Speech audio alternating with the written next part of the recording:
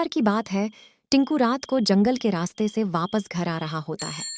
तभी रास्ते में उसे खूबसूरत लड़की दिखाई देती है। वह उसे देखकर चौंक जाता है। अरे वाह, इतनी खूबसूरत लड़की है रे।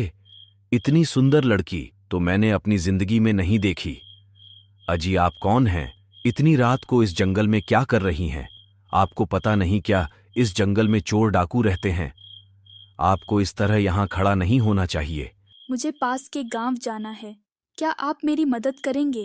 क्यों नहीं, आप मेरी साइकिल के पीछे बैठ जाइए। आज तो तेरे भाग्य खुल गए। आज पहली बार कोई लड़की मेरी साइकिल के पीछे बैठेगी।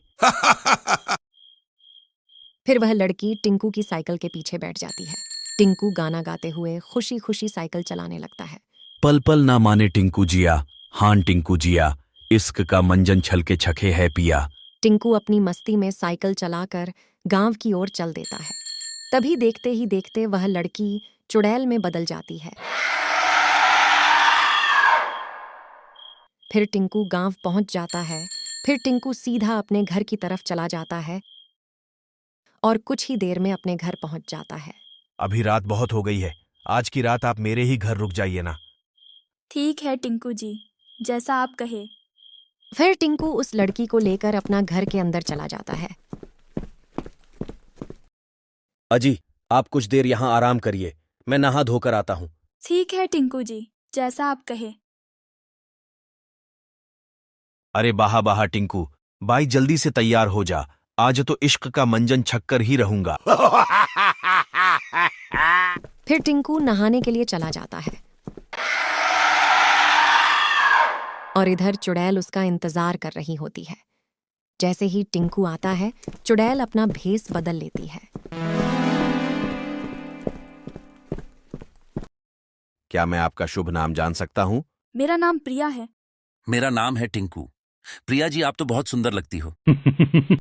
इतना सुनते ही चुड़ैल के मन में एक विचार आता है। वह सोचने लगती हूँ कि टिंकू से शादी करके गांव वालों को एक एक करके आसानी से खा सकती है।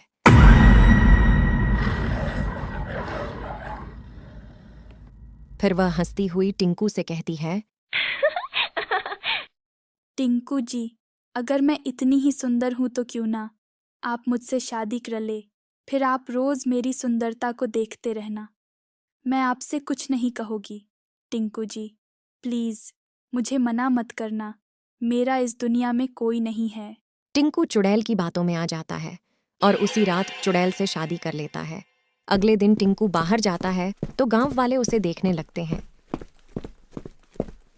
तो टिंकू उनसे कहता है कि उसे मजबूरन शादी करनी पड़ी और उन्हें ज्यादा कुछ नहीं बताता है और वह अपने काम पर निकल जाता है।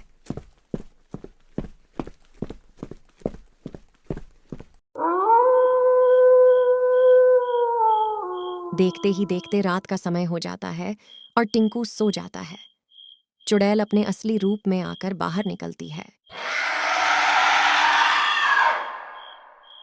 देखो तो कैसे मजे लेकर सो रहे हैं भला। इन्हें क्या मालूम कि आज ये मेरे पेट में सोने वाले हैं।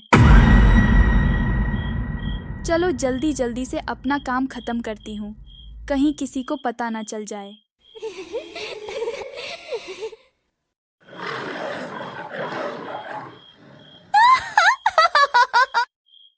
चुड़ैल एक आदमी को खा लेती है और चुपचाप से अपने घर में सो जाती है। टिंकू को तो कुछ पता ही नहीं था कि प्रिया एक भयानक चुड़ैल है। जैसी ही सुबह होती है, चुड़ैल टिंकू पर चिल्लाने लगती है। टिंकू जा, मेरे लिए बाजार से मांसाहारी लेकर आ। क्या? पर मेरे पास तो इतने पैसे नहीं हैं। मैं तो गरीब इंसान हूँ। अगर तू गरीब इंसान है तो मुझसे शादी ही क्यों की? अगर तू मांसाहारी नहीं लाएगा तो मैं चली जाऊंगी और फिर कभी नहीं आऊंगी। अरे ठीक है, तुम गुस्सा मत हो, मैं अभी जाकर लाता हूँ। टिंकू जब भी मांसाहारी नहीं लाता था तो चुड़ैल उसको बहुत मारती थी। लेकिन चुड़ैल की भूख नहीं बैठती थी, इसलिए वह रोज रात को एक इंसान को जिंदा निहाल करती थी। धीरे धीरे करके आधे से ज्यादा गांव वाले लापता हो जाते हैं। यह बात जैसे ही गांव के पंच को पता चलती है तो वह कल पंचायत बैठाने का ऐलान करते हैं। लेकिन जैसे ही चुड़ैल को पता चलता है कि उसके ऊपर पंचायत होने वाली है तो चुड़ैल कहती है, अच्छा, तो मेरे ऊपर यह लोग पंचायत करेंगे, पर पंचायत तब होगी ना जब ये पंच जिंदा बचेंगे। मैं आज रात को ही सारे पंच को निगल जाऊंगी, फिर देखती हूँ कल कैसे ये लोग पंचायत करते हैं। इसके बाद चुड़ैल टिंकू को डंडे से मारकर अपनी गुस्सा उतारने लगती है।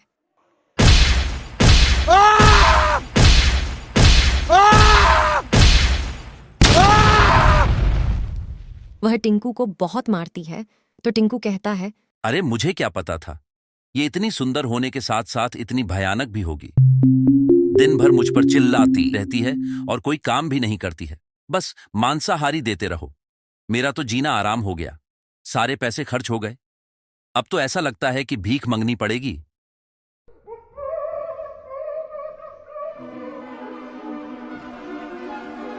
नहीं नहीं, मैं आज रात ही प्रिया को जिंदा गाड़ दूंगा, फिर सारी चिंता खत्म और सारे पैसे हजम।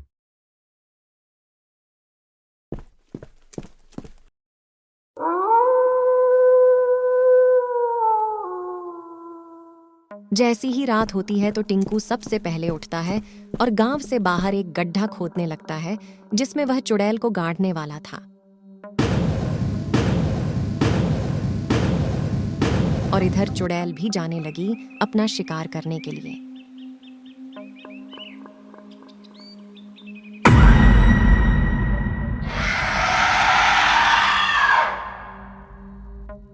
बड़ा आया मेरे ऊपर पंचायत करने वाला, अब मेरे पेट में जाकर पंचायत करना। क्योंकि आधे से ज्यादा तो गांव वाले मेरे पेट में ही है, वहीं पर जाकर अपनी पंचायत का आखिरी फैसला सुनाना। चुड़ैल की हंसी सुनकर पंच उठ जाता है और जोर जोर से चिल्लाने लगता है। तो सभी गांव वाले पंच के घर इकट्ठे हो जाते हैं तो टिंकू भी दौड़ते हुए आ जाता है।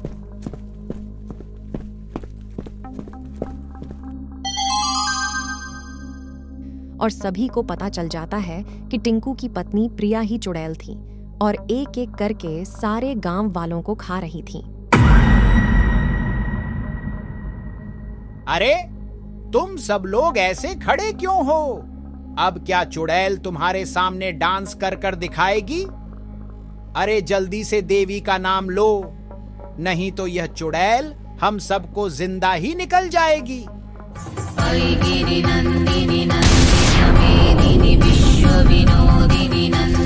जैसे ही सभी लोग देवी का नाम लेते हैं तो चुड़ैल जलने लगती है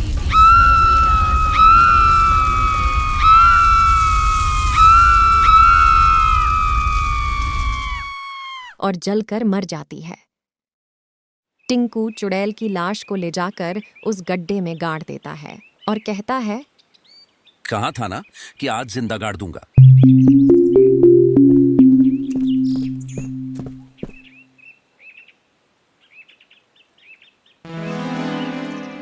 टिंकू, तुम्हें पता नहीं, जब कोई मरता है तो कितना दर्द होता है। उसके पास उसका शरीर नहीं होता है, वह सालों साल ऐसे ही अकेला भटकता रहता है, उसके पास उसका कोई नहीं होता है। वह दर्द सिर्फ मरने वाला ही महसूस कर सकता है। तब लगता है कि इन इंसानों को खाकर ही अपनी भूख मिटाई जा सकती है। टिंकू, आज तुमने मुझे मारकर मुझे धन्य कर दिया।